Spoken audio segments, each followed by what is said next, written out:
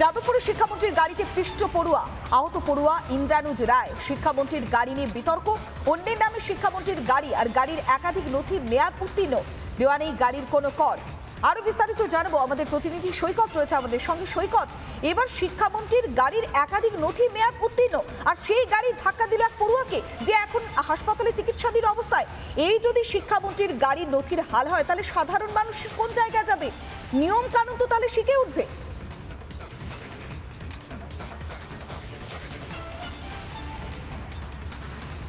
একদমই পৌলমী, সাধারণ মানুষ যারা প্রতিনিয়ত খেটে খান তারা একটা কথা বলেন যে নিয়ম শুধুমাত্র মধ্যবিত্তের জন্যে।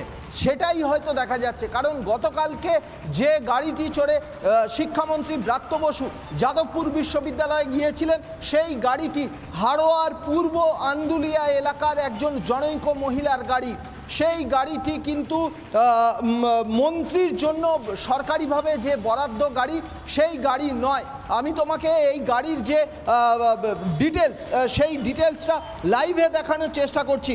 এখানে পরিষ্কার দেখা যাচ্ছে এই গাড়ির ট্যাক্স, যেটা ট্যাক্স ভ্যালিড আপ টু 25 জানুয়ারি 2025, অর্থাৎ চলতি বছরের 25শে জানুয়ারি এই গাড়ির ট্যাক্স পেরিয়ে গেছে। এর পাশাপাশি পলিউশন, যেটা 2024-এর 23শে ডিসেম্বরের পরে পলিউশন আর আপডেট করা হয়নি। অর্থাৎ এই ধরনের একটি গাড়ি যদি রাস্তায় চলে, একজন সাধারণ মানুষ যদি এই ধরনের গাড়ি নিয়ে রাস্তায় যান, তাহলে কিন্তু ইমিডিয়েট সেই গাড়ির এগেনস্টে কেস করা হবে। কিন্তু গতকালকে রাজ্যেরই সেই শিক্ষামন্ত্রী এই গাড়িটি চড়ে তিনি যাদবপুর বিশ্ববিদ্যালয়ে গিয়েছেন, এবং এই গাড়ির তলাতেই পিষ্ট হয়েছেন যাদবপুরের একজন আন্দোলনকারী ছাত্র, এবং সে এই মুহূর্তে হসপিটালাইজড হয়ে রয়েছে। স্বাভাবিকভাবে প্রশ্ন উঠছে, একটি মেয়াদ উত্তীর্ণ, ট্যাক্সের মেয়াদ উত্তীর্ণ, পলিউশনের মেয়াদ উত্তীর্ণ একটি গাড়ি কিভাবে শিক্ষামন্ত্রী তিনি চড়তে পারেন?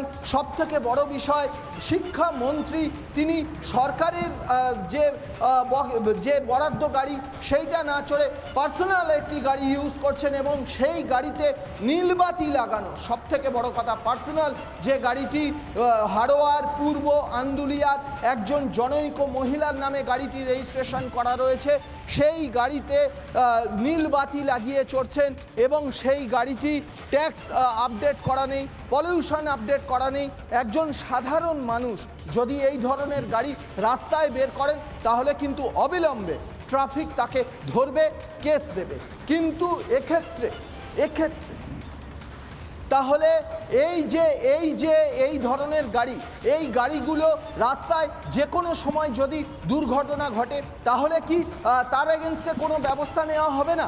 এই গাড়ির এগেনস্টে কিন্তু এখনো পর্যন্ত কোনো কেস করা হয়নি যাদবপুর থানায়, সেটা আমরা খবর পাচ্ছি। তাহলে এই গাড়িটি ফার্দার আগামী দিনে গাড়িতে রাস্তায় বেরিয়ে যদি কোনো দুর্ঘটনাগ্রস্ত হয়, যদি অন্য কোনো প্যাসেঞ্জারকে ধাক্কা মারে, যদি এই গাড়ির কারণে যদি কেউ ইনজিওর্ড হয়ে যান, এই গাড়ির নিচে আবার যদি কোনো মানুষ চলে আসে, তাহলে কি এই গাড়িকে ছেড়ে দেওয়া হবে? কারণ গাড়িতে নীলবাতি লাগানো রয়েছে, এবং এই গাড়িটি ইউজ করে গতকালকে যাদবপুর বিশ্ববিদ্যালয়ে গেছেন স্বয়ং শিক্ষামন্ত্রী ব্রাত্য বসু। স্বাভাবিকভাবে প্রশ্ন উঠছে, একটা ট্যাক্স উত্তীর্ণ, একটা পলিউশন উত্তীর্ণ একটা গাড়ি শিক্ষামন্ত্রী পার্সোনাল একজনের নামে রেজিস্টার্ড করা গাড়ি ইউজ করছেন, সেটাও নীলবাতি লাগিয়ে।